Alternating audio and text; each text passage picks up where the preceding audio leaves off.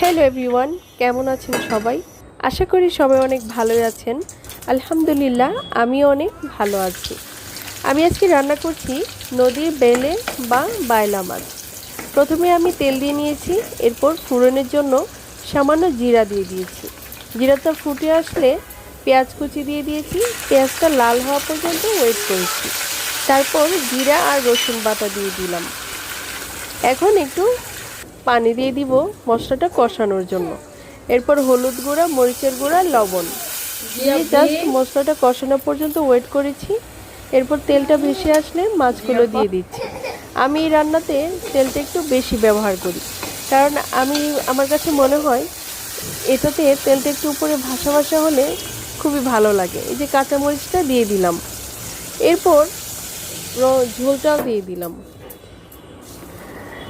এখন আমি এভাবে দোল দিব, আর কিন্তু আমি ভাজা কাঠি দিয়ে লাড়াচাড়া করব না। এখন খুলে নিচ্ছি। আমি এখানে সজের পাতা দিয়ে দিচ্ছি। এটা হচ্ছে বিলাতি সজের পাতা। কালারটা এরকম এসেছে। Thanks for watching. এভাবে রান্না করবেন, ভালো লাগবে।